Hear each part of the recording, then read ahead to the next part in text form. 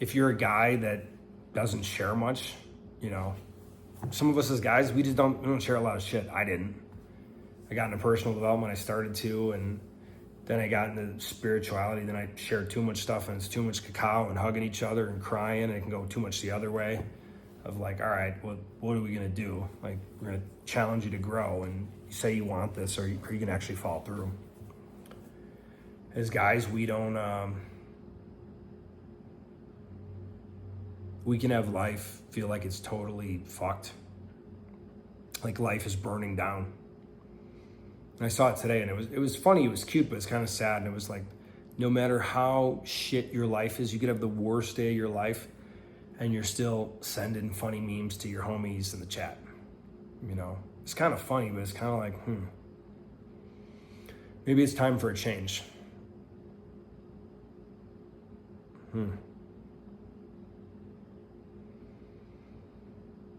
It helped me to process a lot of things, ayahuasca, things I didn't even know I needed to process. If you go to a seminar and share your feelings with a stranger, done that a bunch of times, that can be cool. Mastermind, talking about what's going on, your problems. You know, men's group. Therapist, coach, one-on-one. But you know, even when I talk with people, I was just sitting down with someone a couple weeks ago, and he's like, man, even when I've like went all in, I've still been at like, what did he say? I've held back 5%. With ayahuasca, the beauty is you're stripped bare. Is it scary? Ultimately, not really. With a place with a good set and setting, there's no such thing as a bad trip. That's a common misnomer. That's someone that took a handful of mushrooms and went to a concert, so they mixed a ceremonial medicine and used it more like a drug, which mushrooms you can kind of go back and forth. Ayahuasca you can't. It's a medicine. You're not going to take ayahuasca and go salsa dancing. If you do, good luck. Send me the videos. No, just kidding. Ayahuasca has absolutely changed my life. And if you're watching these series of videos, this is the third one. They're all going to be kind of connected. Well, Phil, if you're going to leave Colombia in 6 months, are you going to stop working with ayahuasca? No fucking way, at least for the foreseeable future. Will I stop at some point? Maybe, you know.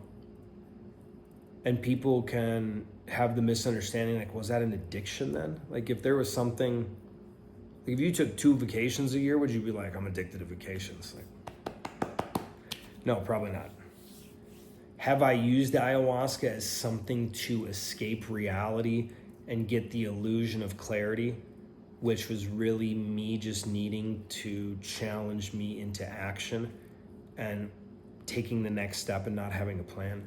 For sure. Spiritual bypassing, trying to avoid shit that I'm not even being honest with myself back then years ago that I wanted to avoid? Absolutely. So with all the ayahuasca I've done and worked with, do I think it's a path for everyone? No, but it's absolutely changed my life, and I'm so grateful.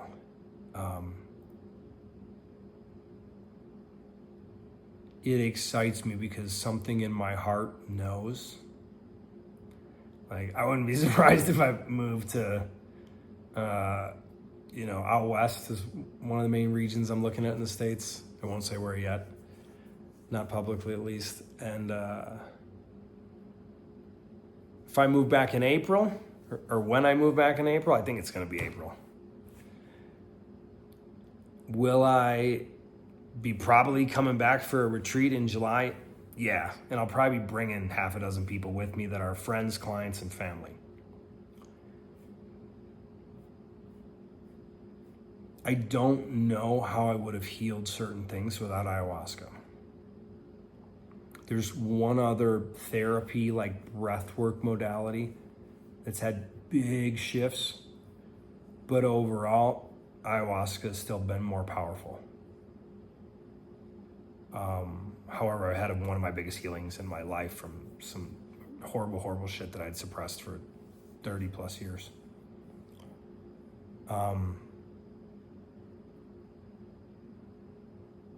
It's been these mini initiations into manhood. And especially how the style we used to drink ayahuasca back in the day, it was just like, have another cup, keep going. You're barely gonna eat for 4 days. We're gonna do 4 ceremonies in like 48 hours. You're gonna go to bed and you're gonna wake up a couple hours later, you're gonna have another ceremony, you're gonna go to bed, you're gonna wake up and you went deep.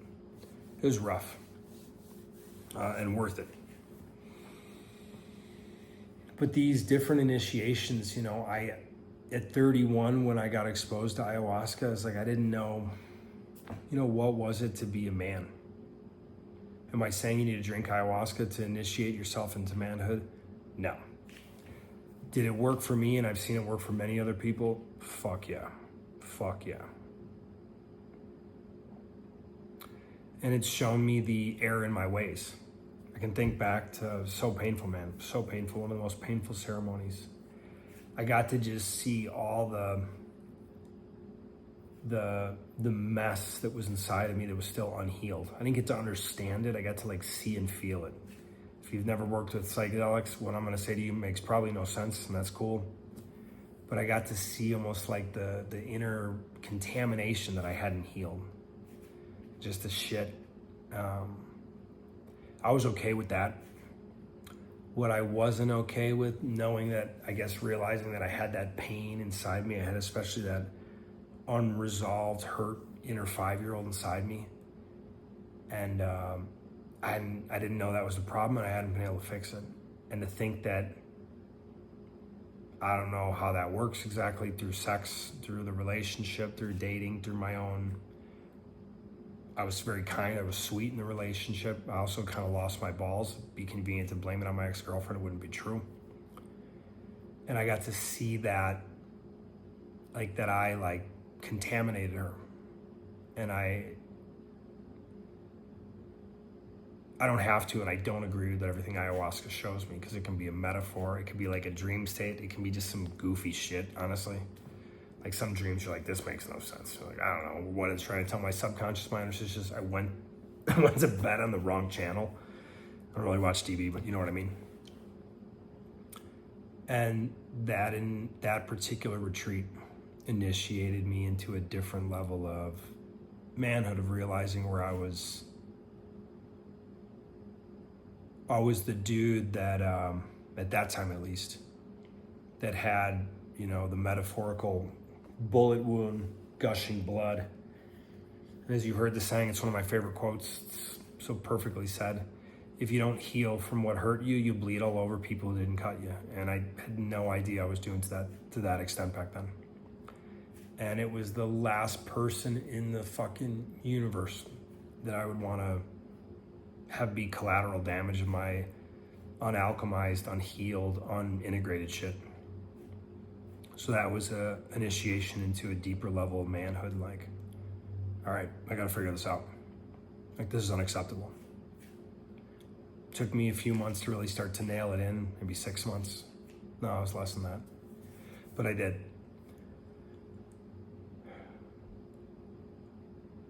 I didn't plan on sharing any of this, by the way.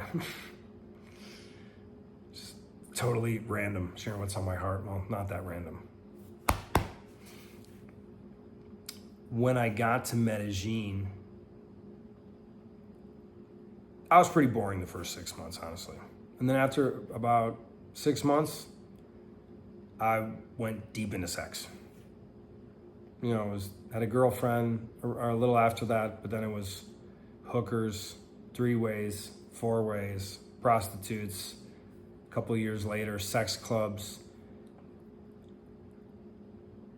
Sex is a bottomless pit. You can ask the former expert. I think he's kind of realized he is healing from sex addiction himself, Dan Bilzerian. It's a bottomless pit of emptiness, and so are drugs. It can be super fun in the moment. It really can. And I went deep into that pit. I didn't know. Part of that was on just curiosity, being a dude. I'm in Colombia. I didn't. That's not why I came here. I had a girlfriend in another part. Then we broke up. And the weird thing, and that was another part of the initiation, so part of that turned into my own addiction, or whatever you want to call it, binging, kind of split hairs. It was a problem. And a big part of that was unresolved sexual abuse that I had pushed down so fucking deep. I did not know that I was molested as a little kid by a priest. I really didn't. It took me 2.5 years of the ayahuasca helping me, and I'm like, I went to another shaman, another ceremony. I'm like, I'm not working with ayahuasca. I'm like, not working with my shaman. Like, fuck this. And I got all the same messages, but in a different way. So there was all these initiations, purpose, healing sex, healing my heart, opening my heart. So if you watched this far in the video, this probably pertains to you, or it could. As men, I think we think once we hit some target, then we're good. Once we make X amount of dollars, once you sleep with this many women, once you go to however many countries, once you have a three-way, once you have this certain kind of car, whatever you want to, pick your shiny object. It's a conscious choice to decide to initiate yourself. And it's also a conscious choice to have the balls to love yourself enough to look back at your wins and go, oh, I've been initiated. Even if it's once or twice.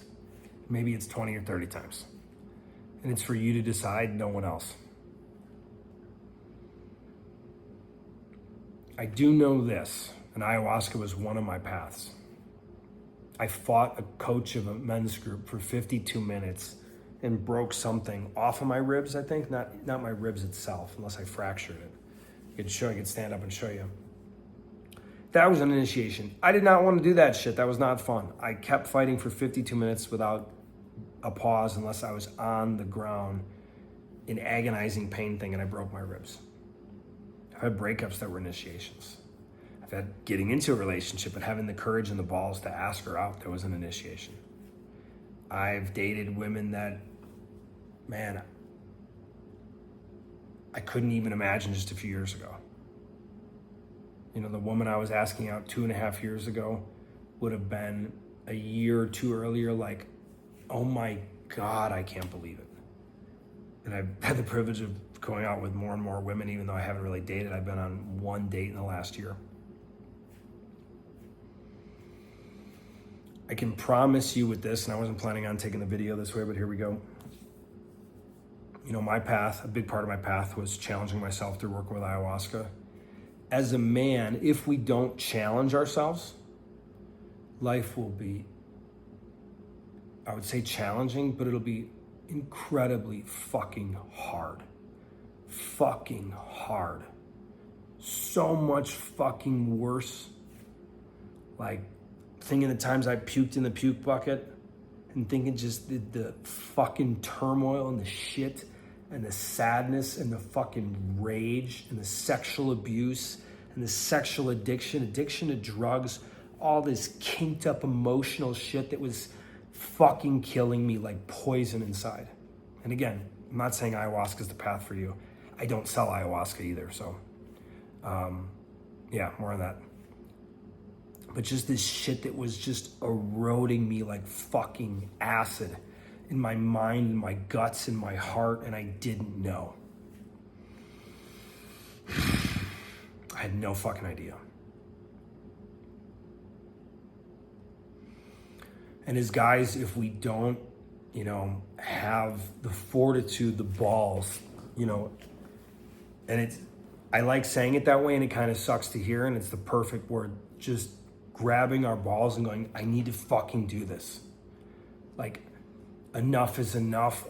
I'm not where I want to be. I need to do this. This is going to suck. This is going to be hard. I'm going to want to quit. I might want to quit every day for the next 90 days. I'm going to fucking do it.